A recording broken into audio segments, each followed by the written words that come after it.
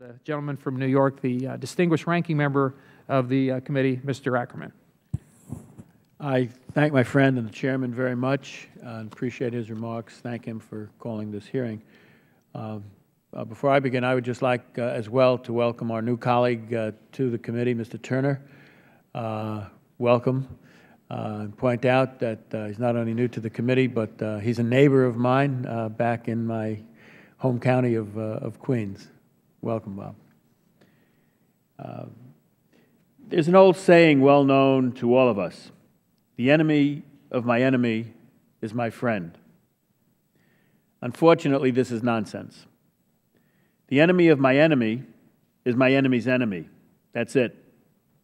There's no implied obligations or warranties. International politics has no freebies. The state which should be obvious, but somehow is not, Pakistan, meaning both the nominally democratic civilian government and the unelected but ultimately decisive Pakistani military establishment, is not our friend. They are not our allies. They are not our partners. They are not on our team. They are not on our side. And no matter how much aid that we give them, no matter what military capabilities we provide them, and no matter what promises, assurances, or pledges we make to them, these facts are not going to change. Pakistan is on its own side, period.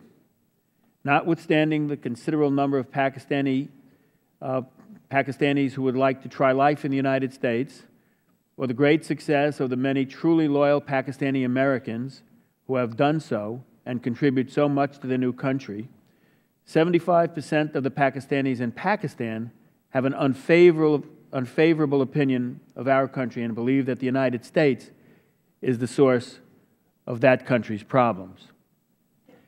That's just a little piece of what $22 billion of our taxpayers' money has brought us since 2002 in Pakistan.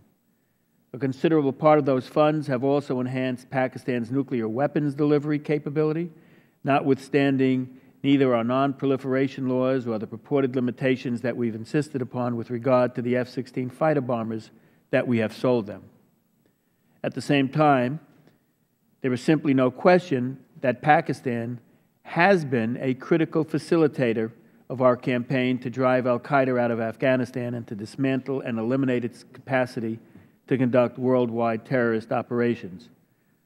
Pakistan's tacit cooperation has also been essential to our efforts to help establish an independent, democratic government in Afghanistan.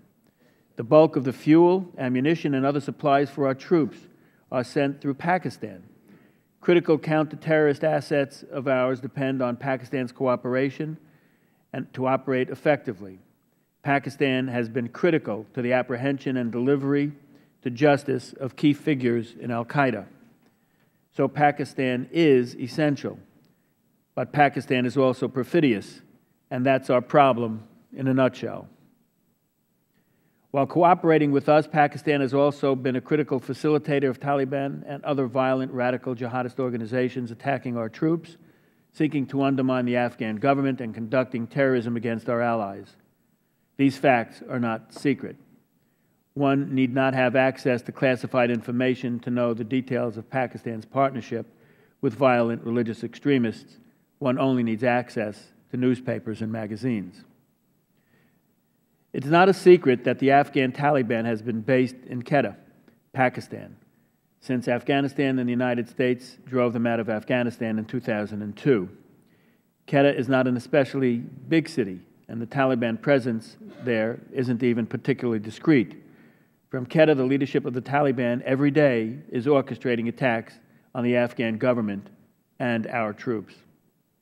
It's not a secret that the Haqqani network is responsible for numerous attacks on the Afghan government and our troops.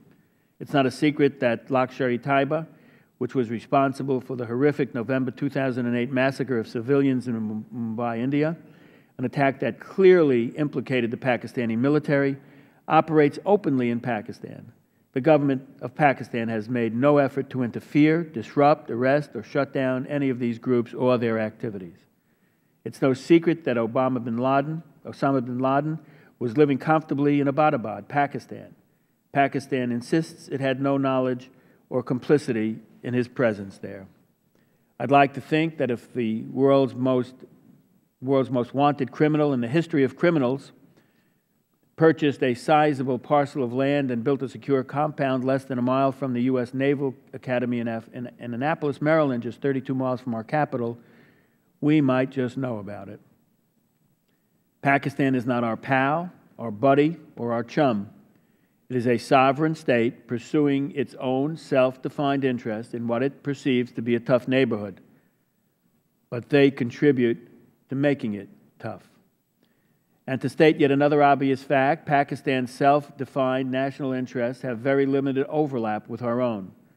In that small area where their interests and ours converge, we can and do cooperate. And the rest of the time, they cooperate in varying levels of commission and omission with the people killing our troops, conducting terrorist acts against our allies, and trying to bring down the Afghan government. Currently, the United States has designated Iran, Syria, Sudan, and Cuba as state sponsors of terrorism under U.S. law. Such a designation requires a ban on arms-related exports and sales, strict controls over exports of dual-use items, and a prohibition on economic assistance and imposition of miscellaneous financial and other restrictions. But for a genuine need for cooperation in the campaign against al-Qaeda, there appears to be very little standing in the way of designating Pakistan as a state sponsor of terrorism.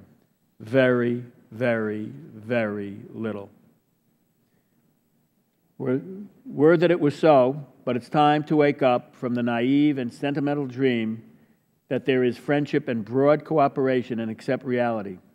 Pakistan's national interests are generally contrary to ours and that of our actual allies, and they pursue those contrary interests through the use of violent proxies and terrorism. That's not likely to change. It's time for our policy and our assistance to come back into relation with reality instead of fanciful expectation. Paying Pakistan to kill bad guys makes sense. Bribing Pakistan, which is what our aid really is, for license and cooperation in the efforts to kill bad guys is also reasonable. But we need to rid ourselves of the absurd notion that we can change Pakistan, reform its government, or create real trust. We have neither the capacity nor the capability, and we certainly don't have the spare billions to keep throwing away on those fool's errands. No more magical thinking. It's time to grow up and deal with Pakistan as it is, not as we wish it to be.